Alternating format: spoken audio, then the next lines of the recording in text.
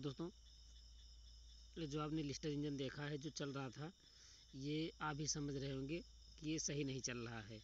तो दोस्तों, इसमें इस तरह की जो दिक्कतें हैं इंजनों में आया करती हैं और इसमें कोई खर्च का काम नहीं होता है, केवल इसमें जो सेटिंग होती है वो डिसबैलेंस हो जाती है, जिसकी वजह से दिक्कतें आती हैं।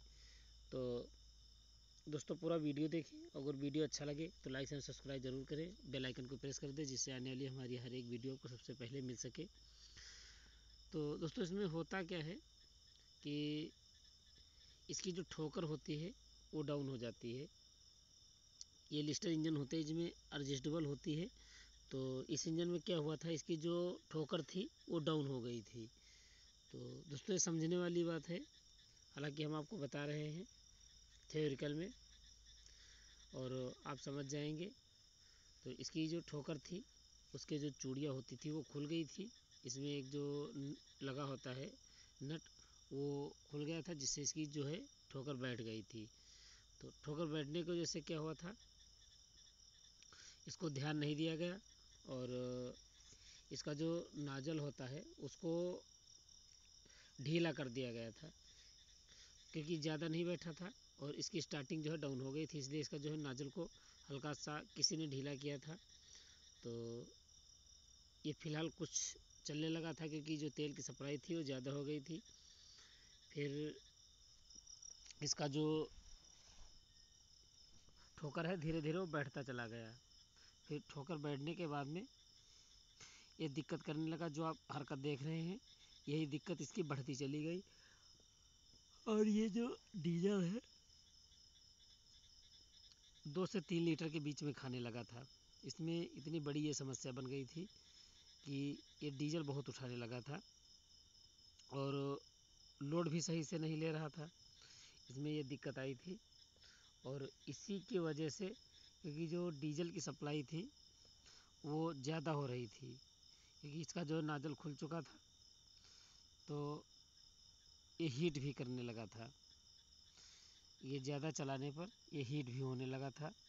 इसमें ये दिक्कत बहुत बड़ी हो गई थी हीटिंग वाली, कि इसमें किसी को समझ में नहीं आ रहा था, क्योंकि इंजन के चैम्बर में पूरा मोबिल था और ये पानी पर चलता था, तो ये पानी भी फूल पाता था और फिर भी किसी की समझ में नहीं आ रहा था कि हीट क्यों हो रहा है।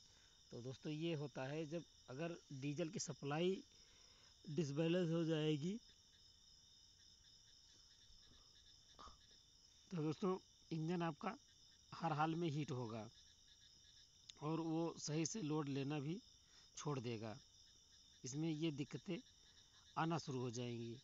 तो दोस्तों, इसमें क्या होता है, कभी कभी मैकेनिक लोग या खुद अपने हाथ आदमी ये जब ये पोजीशन देखते हैं तो वो समझते हैं कि इंजन का जो रिंग है वो डैमेज हो गई है।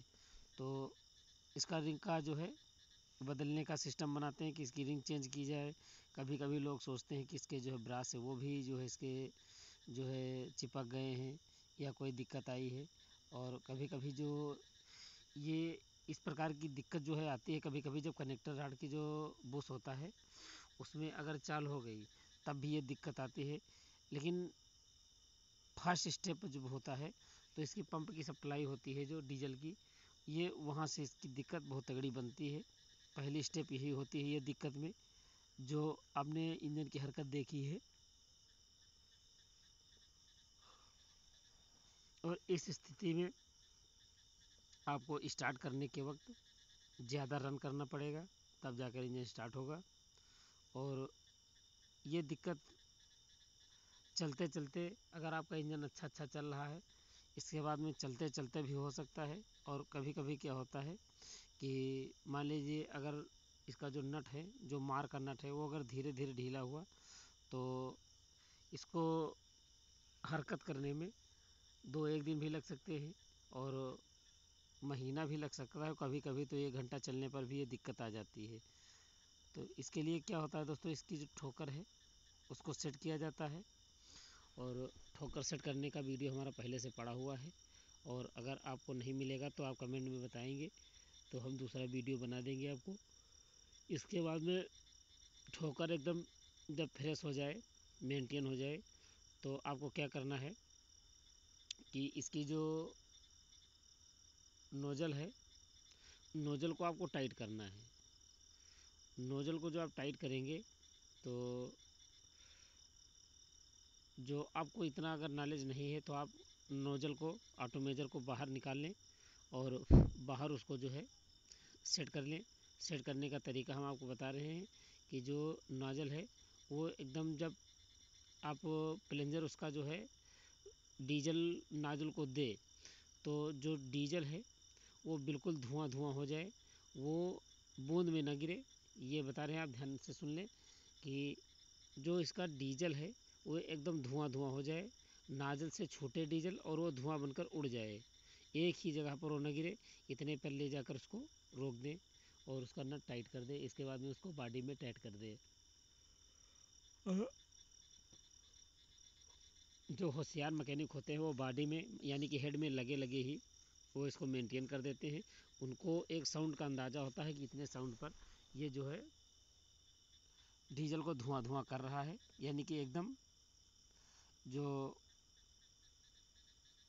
हवा में उड़ जाए, मतलब डीजल नाजल दे और हवा में उड़ जाए, वो पता न चले कि इसमें से डीजल निकला है। ये समझ लीजिए नाजल है उसकी सेटिंग हो गई।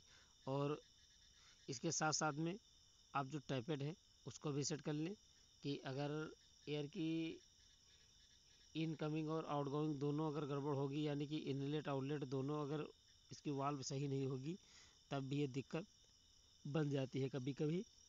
तो इतना काम दोस्तों करें, हमें उम्मीद है आपका इंजन मेंटेन हो जाएगा।